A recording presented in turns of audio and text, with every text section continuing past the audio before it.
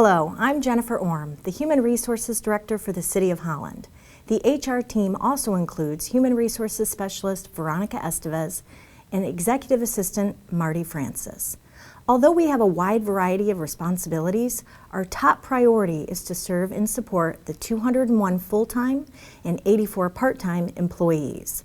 There are also many more seasonal employees hired throughout the year for various departments to keep our city safe, clean, and beautiful. I'm excited to update you on everything we've been working on and have accomplished so far in the current fiscal year. And I'll also let you know some of our goals and priorities as we begin preparation for the fiscal year 25 budget. Before I jump into those important items, I want to express what our #1 goal has been and will always be.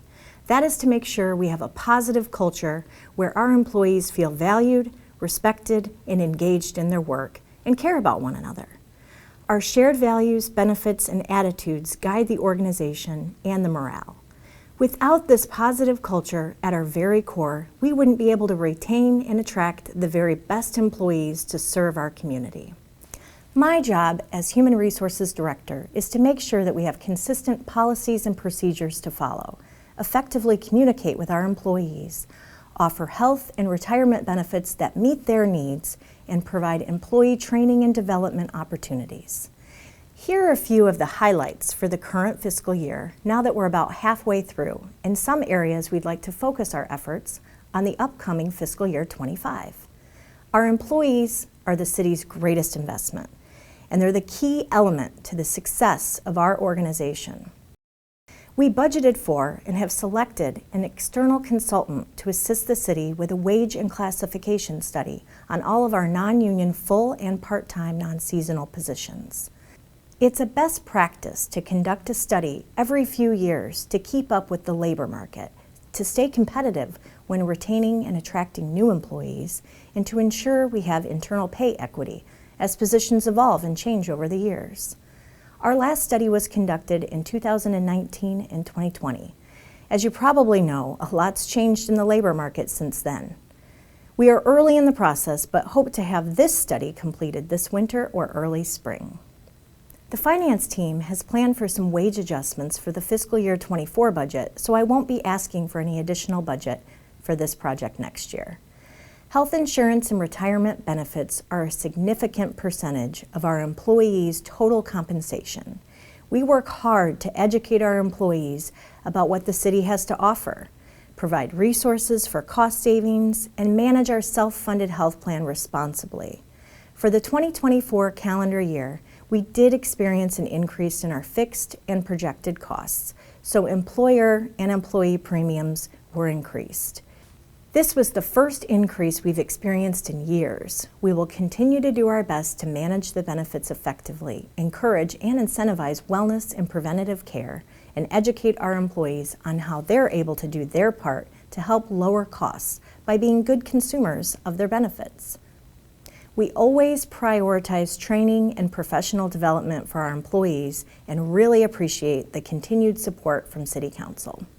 So far in fiscal year 24, we've had a total of 55 employees attend on-site classes. We have 2 more on-site group class opportunities coming up for the remainder of this fiscal year. In fiscal year 23, we had 106 attendees, so we're seeing about the same level of engagement when we compare the 2 years. These numbers don't include other classes, such as on-site wellness lunch and learn sessions, online safety courses through our workers' compensation carrier, DEIA classes, various IT certification programs, leadership programs, and our formal tuition reimbursement benefit, which is a separate budget line item. We will continue to look at new ways to expand our training and development opportunities to meet the needs of our employees by gathering their feedback and suggestions. It's wonderful to see our employees excited about continuing their education, learning new skills, and putting this knowledge to work. It's also a great tool for us with succession planning as more and more employees become eligible to retire. We love the opportunity to promote within the organization whenever possible. Lastly, I want to discuss the value of employee events. We host an annual holiday luncheon at the Civic Center Place in December, and it's one of our favorite days of the year. To gather people from every department in one space and see them chatting and laughing while sharing a meal is priceless. We also hold annual employee appreciation events in the fall, where the HR team and city manager host 3 cookouts over the lunch hour at various city locations to show our appreciation for everything they do for the city. It's been several years, possibly a decade, since the last city family picnic was held. This year, I'll be making a budget request for the addition of this summer event at Windmill Island Gardens. This annual event is included in the employee handbook, but wasn't something that's been included in the budget for years. We've heard from employees verbally and also through the employee survey that they would appreciate us bringing this event back, so employees and their families can gather and socialize on a summer evening or a weekend day and tour the island. This family event is just another example of how we can continue to cultivate a positive work environment for our hardworking, dedicated, and talented employees. I appreciate you taking the time to learn more about the city's Human Resources Department, some of what we've been working on this current fiscal year, and our goals and priorities going into the next budget year.